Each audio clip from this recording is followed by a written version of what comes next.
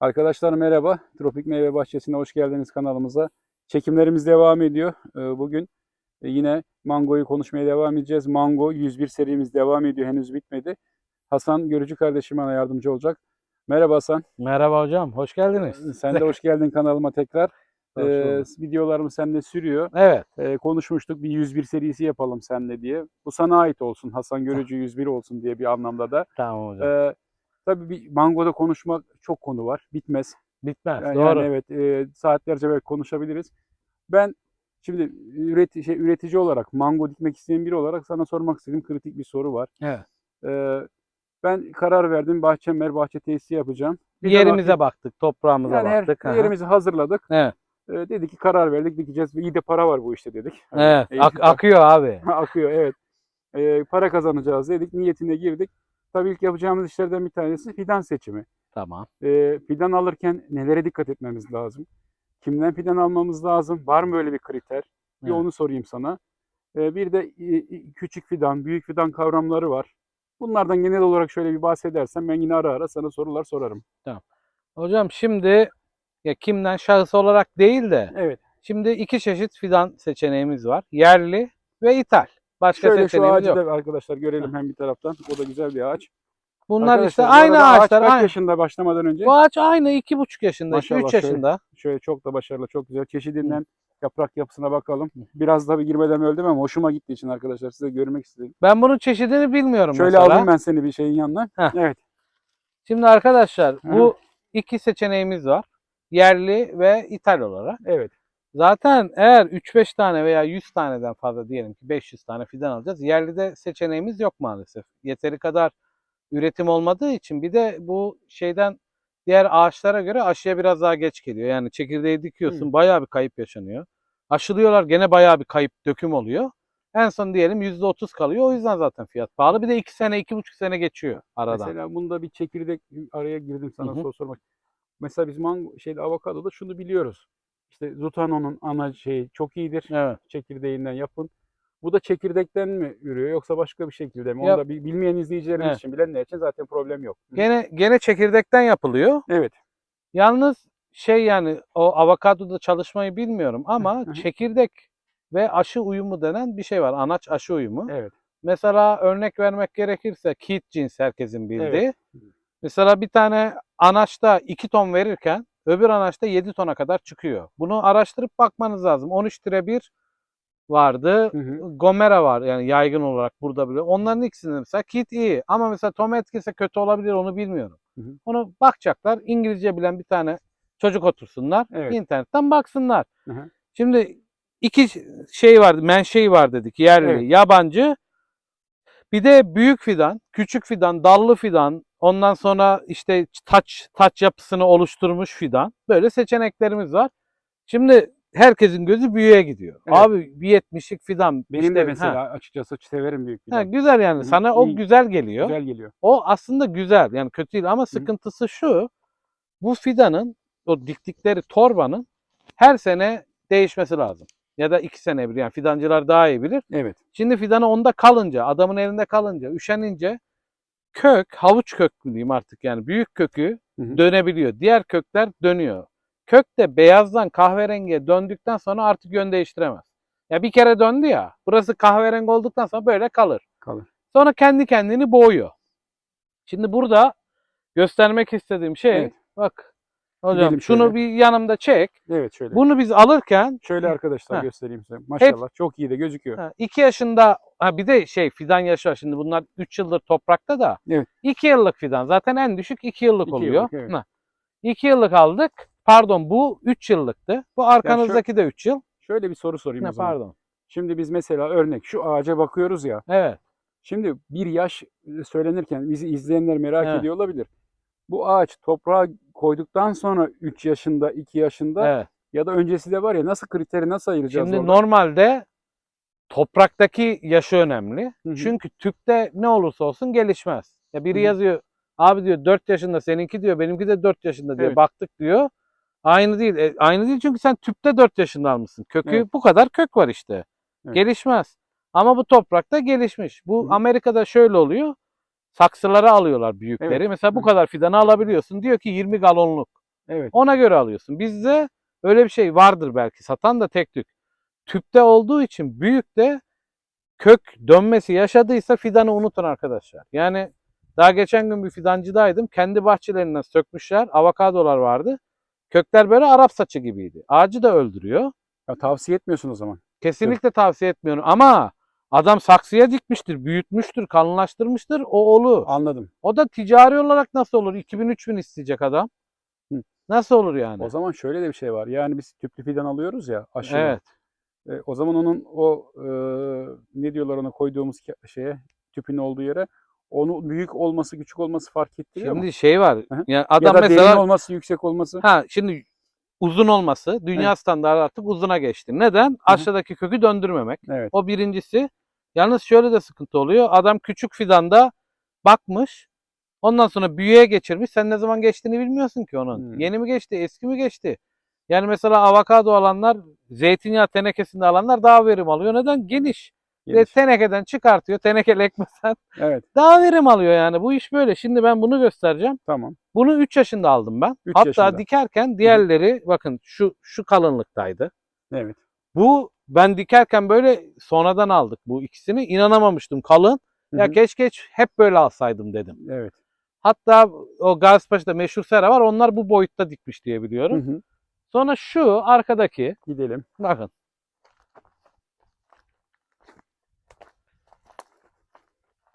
Bu da o inceden. Şu kadardı bu. Öyle mi? Ha, bu da maşallah iyi şimdi gözüküyor. yani bununla o aynı boyda artık. Evet. Şimdi ve ilk sene o hiç gelişmedi. Sonradan yani öyle de bilirdi benim görüşüm. Sonradan nasıl açıldı.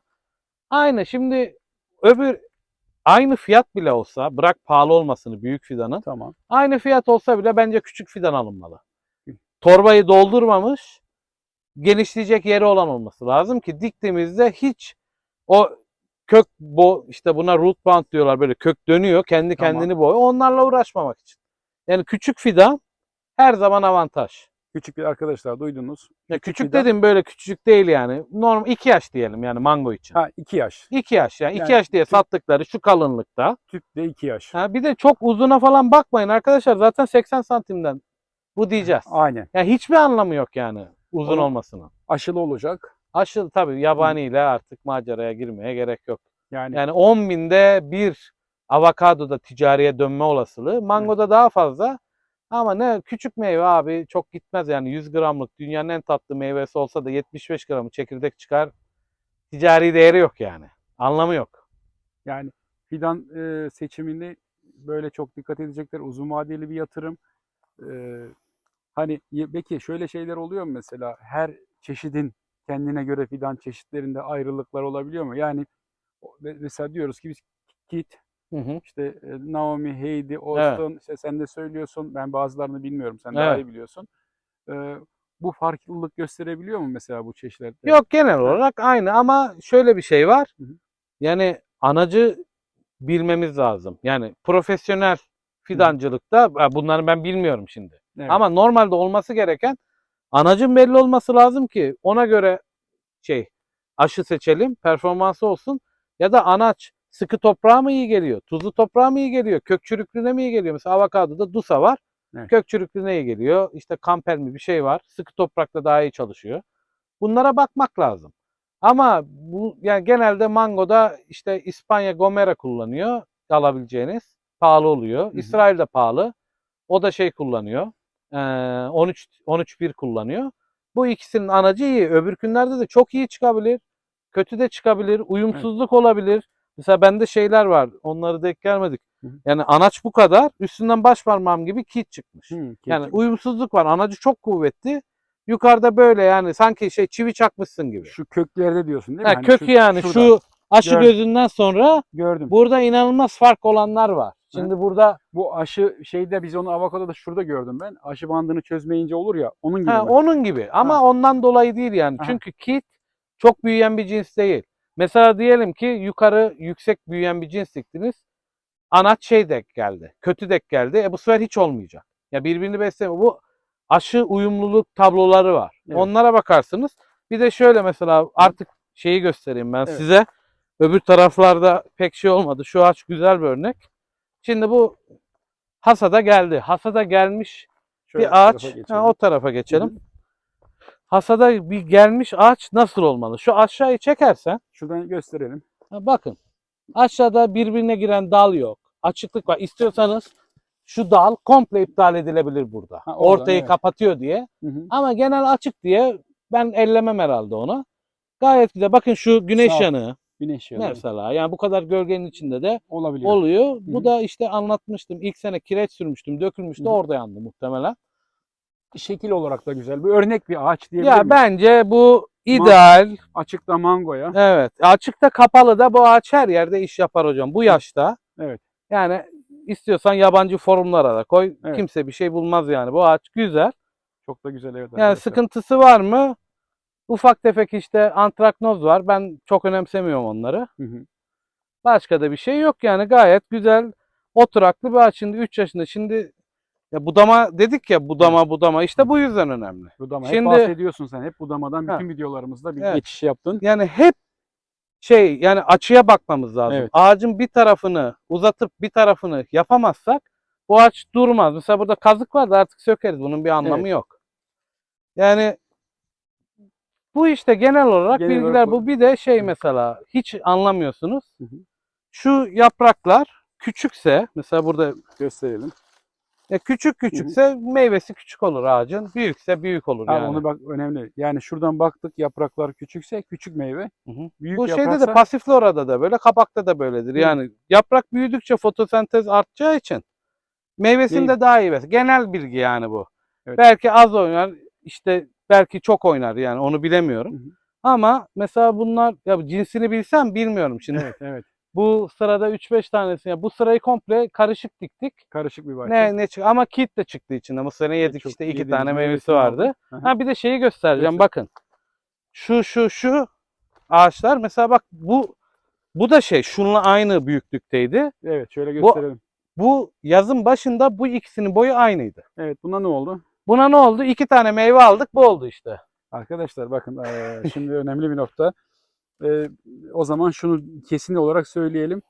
Ağaç belli bir yaşa gelene kadar meyveyi Yani almayacağız o hay zaman. bu sürgün de verdi yani. Hı hı. Sürgün verme, daha kötüleri de vardı da. Hı hı. Mesela şöyle sürgünleri de verdi ama yani bunun meyvesi dediğim gibi şimdi erik diyelim. Mayıs'ta alıyorsun. Bütün yaz büyüyor. Hı hı. Bu ben daha 10 gün olmadı bunu koparalı meyvesini. Bir de 1 kilo 150 gram çıktı meyvenin. Bir tanesi 750 Ben gramdı. daha önce birkaç mango videosu çektim, çok çekmemekle birlikte. Hı hı. Yani 1 kilo 800-2 kilo kadar çıkabiliyor dediler İşte mango. aslında onu da söyleyeyim. Ha, yani. Yani çoğu kişinin bilmediği bir bilgi vereyim. Evet. Mesela kitte o çiçeklenme döneminde meyveyi küçültmek için potasyum nitrat %4, %3 denenebilir. Hı hı. Meyve sayısını arttırır. Boyutunu küçültür. Toplam kilo artar. Evet. Yani 50 meyveden 50 kilo alacağına 75 meyveden işte 60 kilo alırsın gibi. O var. Ya da ilk çıkan çiçekleri koparırsanız Hı hı. kitte ikinci çiçekler biraz daha yaza denk geleceği için meyve tutumu artar. Gene kilo artar ama bize şöyle bir negatif olarak dönüyor. Kasım'dan Aralık'a atınca artık bir daha sürgün işi zora giriyor. Bu sefer meyve veremeyenler yani ertesi yıl yarıya düşebilir. Serada sıkıntı yok. Serada verdirirsiniz gene. Evet. Yani ilk çiçek koparılması öyle şeydir yani nasıl diyeyim? Açıkta Uygulanan bir yöntem. uygulanan bir yöntem. Açıkta tavsiye etmiyorum. Hı hı. Çünkü Aralık'ta falan meyveyi tamam yüksek paraya sattın da ertesi sene yarıya düşebilir. Zamanında hasat o zaman. Bir de mesela yukarıda da çiçekliler var. Onlar dayanmaz. Çiçek 4 derecede, meyve 4 derecede zarar görür arkadaşlar. O zaman Onu şöyle. unutmayın. Bunu da hiç söylemedik herhalde santigrat olarak. Hı hı. Burası -2,5'ta zarar gördü arkadaşlar. Bayağı zarar gördü. Evet. Onu Sıfırda Hı hı. işte yani sıfırda falan bir şey olmuyor. Ama o zaman -2'de bayağı gitti yani. açıkta mango yetiştirmek için Hı hı. aslında bunu bir başka videonun konusu ama yine burada da izleyicilerimiz yine bir şey yapabilir. İklim. Yani sen diyorsun ki eksiye düşünce risk var. Doğru mu? Evet, büyük risk var. Yani mesela Hı hı. işte göstereyim abi, gel Evet. buraya. Bak donan dal bu kalınlığı işte. Gördünüz arkadaşlar. Donmuş yani. Bu muhtemelen bu kadar büyüktü. Hı hı. Donmuş. Üstüne meyve tutturunca Evet. gitmiş. Tabii donan daldan da ilk çıkanlar bakın. Sağlıklı değil o Çinko kadar. eksik. Çinko Sağlığı eksik da değil. olmaz Hı hı. yani. bundan çıkacak olan düzgün çıkacak. Yani Artık ilk sonraki. çıkan, Evet. bakın şu da öyle bak, hep küçük küçük bak, donanlar belli, hep donmuş. Donmuş. Yani ona rağmen iyi gene gelişti yani. Benim beklediğimden iyi oldu yani. O zaman şey diyeceğiz. Burada Şurayı da göster evet, abi. bakalım. Bak komple gitti abi burası bak. Arkadaşlar görüyorsunuz. Bu bahçenin en kötü yeri. Evet, bahçedeki bizim sıkıntı. O da aslında en deriye yakın yani gibi olan yer değil mi? Sadece abi daha buranın kuzeyi açık ondan oldu. kuzeyden oldu. Yani yukarıki yeri de gösterelim sonra Aha, istiyorsan. şuradan evet bak. Orada 40 ağacın 25'i falan dondu. Yani sadece iyi ağaçları çekmeyelim. Evet. Al işte bak orada yerden Ha. bitme dolu Ha. var yani. Arkadaşlar gördünüz.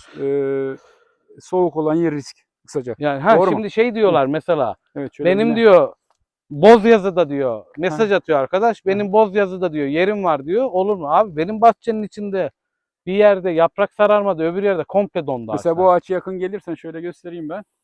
Maşallah çok da canlı. Bak orada donmuş, burada donmamış. Bu da bir şey. Yani şimdi ağacın türüyle de belki bir şey var diyeceğim de. Çeşidi evet. Yani mesela, aynı yerde yani ben mesela çoğunluk kit burası döktü yani. Mesela bak yukarıki maldan 40 taneden yarısından fazlası komple gitti yani. Hiçbir şey kalmadı. Av- O ilk çekim yaptığımız alt Evet. tarafta ufak dallar, şu ince dallar dondu. Aynı bahçenin içinde bu kadar değişebiliyor. Hatta şurada maldanlara şöyle baktığımız zaman 10'ar ağaç var diyelim. Ortada ilk en üst maldanın 5, sonra 4, 3, 2 diye böyle üçgen şekilde donmuş.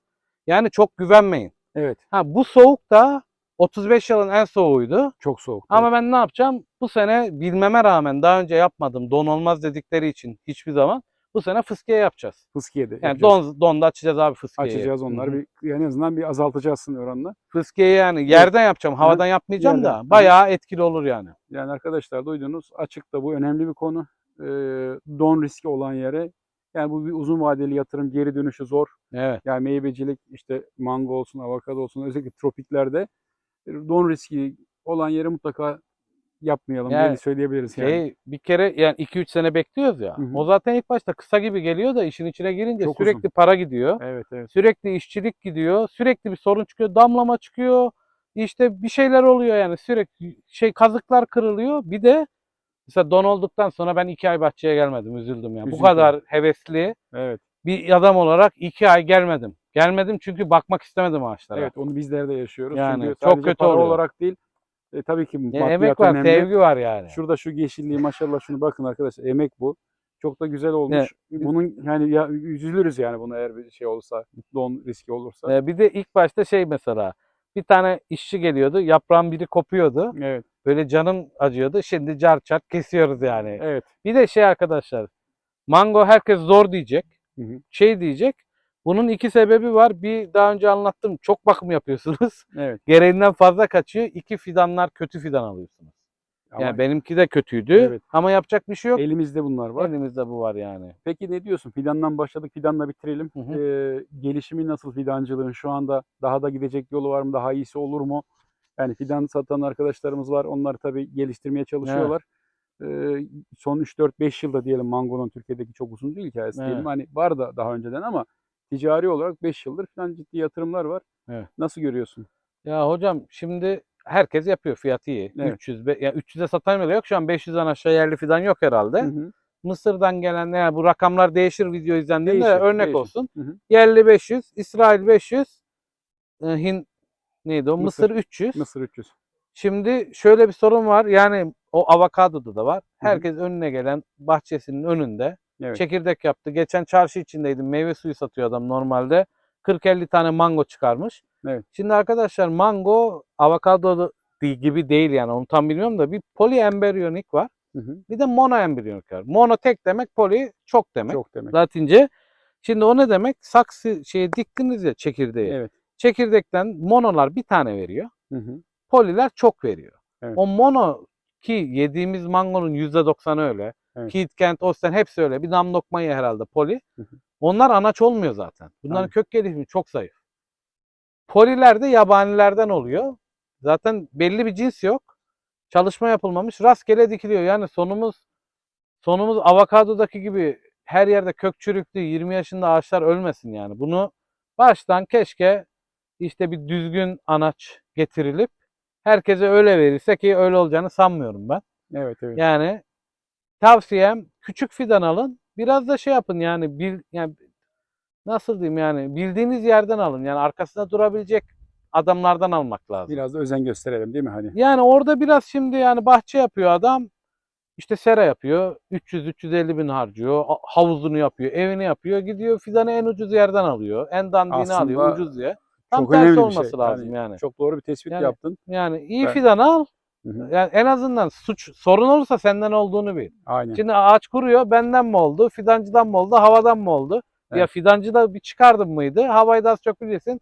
Gerisi Evet. sana kalmış yani. Doğru söylüyorsun. Arkadaşlar büyük yatırımlar yapıyoruz. Fidan çok doğru bir tespit. Bir fidana vereceğimiz para 30 yıl, 40 yıl, 20 yıl neyse işte Yani. bu mangonun yaşı kadar Yani sık dikimde 20 yıl hocam. O 20 yıl. şimdi 300 yıl Hı diyorlar. hı. O ağacı bırakırsan. Evet, Sen böyle bu boyutta tutup sürekli budadın mıydı? 20 yıl bunun 20 yıl. ömrü yani. Orada bir abartı var. Bir de şey diyecektim. Geçen gün bir abi vardı Hı hı. mesela. Elinde hesap makinesi fidan çarpıyor. İşte ürün ya bunu bir bırakalım. Ha, evet. Yani mesela dedim ki ben ona şöyle şuradan alırsam diyor 1000 fidan dikmesi lazım. Hı hı. 300 bin tutuyor atıyorum.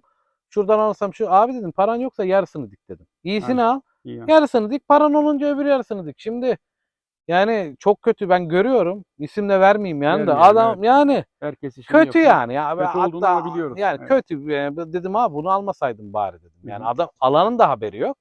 Bu böyle olur diyor şimdi. Yani mesela kiraz fidanıyla avokadoyu şey yapsan kirazcı der ki lan bilmese bu ne der ne biçim fidan bu der Evet, yani evet. düşününce. Hı hı. Ama yani biraz araştırsınlar baksınlar bayağı bir video çeken var bu konuda. Evet, evet. Fidanlarını gösteren Hı var. hı. Şimdi para ediyor ya Evet. biraz böyle şey ne diyelim buna hype diyelim. Herkes gidiyor yani. Biraz da arkadaşlar zaman harcayın. Ya Yani biraz işte bakmak lazım. artık Şimdi adam şey yani nasıl diyeyim ya çok zengin olacağım.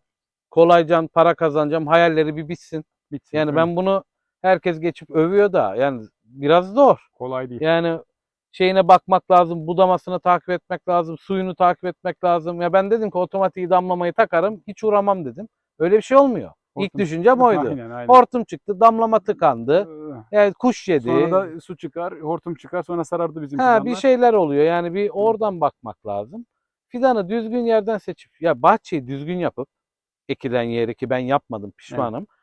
Yapıp düzgün fidanı diktikten sonra olur zaten bu. olur. Yani olur şimdi bu mango zor zor diyorlar da yani o atla deve mi de öyle de değil yani ağaçtan bu işte. Aha yani çok da kasmamak lazım. Güzel bir şey söyledin. Ben kimle konuşsam mango çok zor. Ha Avokado kolay, lime kolay, o kolay. ya, Yani aslında zor yapan biz gibiyiz. Hani mango yerinde, zamanında, şartlarını dikersen o kadar da zor değil. abi işte şey yani neyden dolayı zor neyden dolayı koy. Mesela keçi boynuzu dikiyor. Hı hı. Eylül'de falan dikersen zaten sulamıyorsun öyle gidiyor. Tamam kolay hastalığı da yok tamam. Ama avokado ile mangonun arasında yani çok bir fark yok. İnsanların gözüne bir de şöyle şey geliyor. Benim ağacım büyümedi diyor. Yani avokadosu var. Ha, evet. Kocaman. Ha, Kıyaslamak mesela yanlış. şuradaki ağaçlar benimkiyle Evet. aynı anda dikilmişti. Hı. Dev gibi. Ya, farklı ağaçlar bunlar. Farklı ağaçlar Yani arkadaşlar. Evet. bu böyle büyüyor. Bu az Aynen. büyüyor. Onu gidip de yani o benim ağacım kötü değil yani. Bu şimdi Çok da güzel maşallah. Sağlıklı bir ağaç. güzel yani bu Hı. yani. Ha, daha büyükten de vardır. Yani vardır daha küçüğü de olur. Yani küçük bir yere çok takılmayalım. Doğru. Benim. Şu sen formunu yakala mesela bir tane meşhur video var. Gambiya'da mı öyle bir Hı yerde hı. işte Afrika'da, Gana'da. Hı hı. Ondan sonra adam işte mühendis gösteriyor işte örnek ağaç bu diyor. Aynı böyle bir ağacı var 4 yaşında bundan biraz ayrı. Adam diyor bu diyor ağaç çok küçük diyor Çok öbürkü. küçük. Evet. Küçük ama diyor üretken bir ağaç diyor. Ya büyük olup az meyvenin bir anlamı yok ki yani. Dediğim gibi abi sen gölgesi için mi yapıyorsun yoksa şey mi odun mu yakacaksın yani önemli olan meyvesi biz para Evet. kazanmak için yapıyoruz bu işi. Ne kadar meyve verecek bu? Yani ben şu kadar ağaçtan 4 kilo meyve aldım. Bu kadardı yani. Ama Evet. ağaç adam olmadı yani yürümedi hiç. Yürümedi. Yani o da o da bir meziyet değil yani. Ağacı mesela ben şeyi öneriyorum bu sene yapacağımı. Mesela bu 2 tane varsa birini şey yapalım. Seyreltelim. Yani elmacılar nasıl Hı. yapıyorsa armutçular seyreltelim. Ağacı hem fazla yük bindirmemiş oluruz hem de kalitesi biraz artar. Aynen. Yani kitse çok da büyürse de işte o da sıkıntı var. İşte bakacağız yani İnşallah hep beraber öğreneceğiz, ya yapacağız. inşallah yavaş yavaş hocam.